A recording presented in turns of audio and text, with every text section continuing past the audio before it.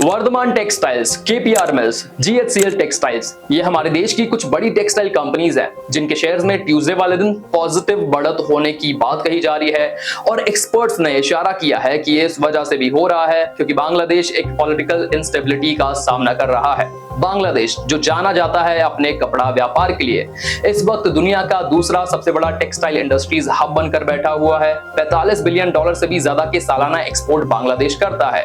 Globally textile industry का जो size है ये 1110 बिलियन डॉलर का है, जिसमें चाइना नंबर 1 पे है और नंबर 2 पर बांग्लादेश आता है।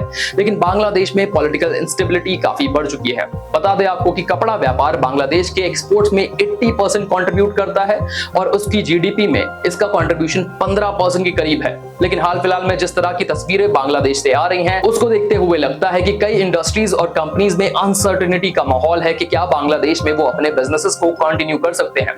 और यहीं पर पिक्चर में आती है इंडियन टेक्सटाइल इंडस्ट्रीज, जिसका साइज 16 बिलियन डॉलर के करीब है, ऑलमोस्ट बांग्लादेश की इंडस्ट्री से आधा। और इसी के चलते माना यह जा रहा है कि लोग अब अपने डेवलपमेंट्स और मैन्युफैक्चरिंग यूनिट्स इंडिया में शिफ्ट कर सकते हैं। इंडिया को इस क्राइसिस से पॉजिटिव बेनिफिट हो सकता है। लेकिन क्या ये पूरे पिक्चर की सही तस्वीर है या फिर अभी पूरी तस्वीर सामने आनी बाकी है? क्योंकि सिर्फ कपड़ा ही वो चीज नहीं है जिसका इंडिया ट्रेड करता है, बल्कि बांग्लादेश के साथ भी हमारे काफी फ्रेंडली टाइज रहे हैं। बांग्लादेश के साथ भी हमारे पुराने ट्रेड्स रहे हैं। जानने की कोशिश करते हैं कि बांग्लादेश में आई इस क्राइसिस से किस तरह से इंडियन इकोनॉमी पर इंपैक्ट पड़ सकता है आज इस वीडियो में। प्रधानमंत्री शेख हसीना के दौर में बांग्लादेश की टेक्सटाइल इंडस्ट्रीज ने नए कीर्तिमान गढ़े हैं, जिसके चलते बांग्लादेश की टेक्सटाइल इंडस्ट्रीज को काफी बढ़त मिली और वो दुनिया की दूसरी सबसे बड़ी टेक्सटाइल इंडस्ट्री बनकर उभरे हैं। दुनिया भर में बांग्लादेश के कपड़े की डिमांड है। रेडीमेड के मामले में बांग्लादेश हमसे भी ज्यादा आगे है। उनका जो एक्सपोर्ट है वो 45 बिलियन डॉलर का है, जबकि इंडिया का एक्सपोर्ट महज 16 बिलियन डॉलर का ही है। वहीं पर हमें काफी हेल्दी कंपटीशन देते हुए बांग्लादेश इसमें काफी आगे निकल रहा था। लेकिन हाल फिलहाल में जिस तरह की तस्वीरें बांग्लादेश से आ रही हैं, उसे देखकर लगता है कि बांग्लादेश में हालात अभी आराम से सही नहीं होने वाले। और एक्सपर्ट्स की माने तो वो कहते हैं कि इस वक्त ग्लोबल टेक्सटाइल इंडस्ट्रीज में एक बड़ा शिफ्ट देखने को मिल सकता है।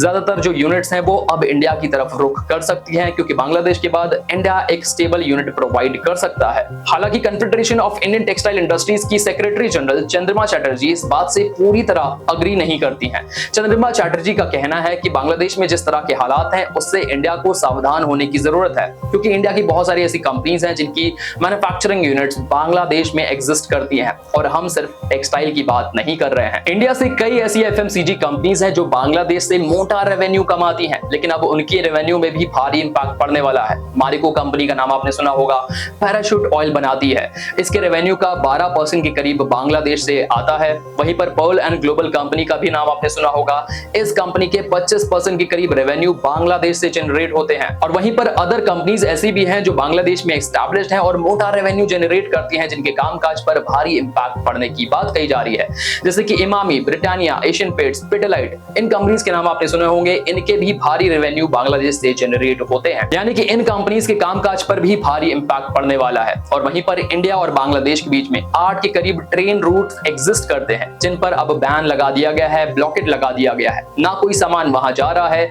ना कोई सामान यहां आ रहा है। हमारी एयर फ्लाइट्स भी बहुत सारे बंद हो चुकी हैं और इसी के चलते इंडिया और बांग्लादेश के डेली ट्रेड लॉसेस 200 करोड़ के करीब हो चुके हैं। ओवरऑल जो ट्रेड इंडिया और बांग्लादेश एंजॉय करते हैं ये 12.9 बिलियन डॉलर का है और माना यह जा रहा है कि आने वाले भविष्य में इसमें भारी गिरावट दर्ज की जा सकती है। और इसी ही के साथ शेख हसीना के दौर में इंडिया बांग्लादेश के साथ जितनी भी ट्रेड डील्स हुई थी उन पर भी अब फिर से सवालिया निशान खड़ा हो चुका है। माना यह जा रहा है कि बांग्लादेश की जो नई इंतरिम गवर्नमेंट आई है वो हो सकता है कि इंडिया के साथ इतना फ्रेंडली बिहेव ना करे जो पहले की शेख हसीना गवर्नमेंट करती थी, और इससे भी इंडिया को काफी नुकसान हो सकता है। इसके अलावा भी इंडिया ने अपनी बॉर्डर सिक्योरिटी के लिए ज्यादा टाइट व्यवस्था शुरू कर दी है। बीएसएफ यानी कि बॉर्डर सिक्योरिटी फोर्स को अब कहा गया है कि वो बॉर्डर पे तैनात रहें। ज्यादा रेजिमेंट्स को भेजा जा रहा है ताकि वो चक्के चक्के की निगरानी कर सकें, ताकि किसी तरह का पलायन बांग्लादेश से ना हो सके। लेकिन वेस्ट बंगाल से शुभेंदु अधिकारी जैसे नेताओं ने कहा है कि अगर बांग्लादेश की जो आग है ये ठंडी नहीं होती तो वहां से मास माइग्रेशन हो सकता है और 1 करोड़ से भी ज्यादा के जो माइनॉरिटी हिंदूज हैं बांग्लादेश में एग्जिस्ट करते हैं वो इंडिया का रुख कर सकते हैं और इससे भी इंडिया की इकोनॉमी पर खासा इंपैक्ट पड़ सकता है। और फिलहाल हमारी जो सरकार है वो इस पूरे मुद्दे का आकलन कर रही है। वो देख रही है कि किस तरह से बांग्लादेश में सत्ता बदल चुकी है और इससे हम लोगों ने एक्सेप्ट भी कर लिया है। देखना होगा कि आने वाली जो सरकार है वो किस तरह से इंडिया के साथ नेगोशिएट करती है। क्या उसका जो नेचर है वो इंडिया के फ्रेंडली रहता है या या फिर हॉस्टाइल नेचर के साथ एक नई सरकार बांग्लादेश में आने वाली है? ये तो आने वाला वक्त बताएगा। आपकी क्या राय है कमेंट में जरूर बताएं। तो यहाँ हम समाप्त करते हैं आज के इस वीडियो को। आई होप आपको ये वीडियो इन्फॉर्मेटिव लगा होगा। वीडियो पसंद आया हो तो इसे लाइक कर दें, ज्यादा से ज्यादा लोगों तक शेयर करना ना भूलें। आप हमारे टेलीग्राम से भी जुड़िए जहां पर ये इनसाइट्स और वैल्यूएबल क्विज़ेस हम पोस्ट करते रहते हैं। मिलेंगे अगली वीडियो में, तब तक के लिए शुक्रिया और बाय टाटा, जय श्री श्याम।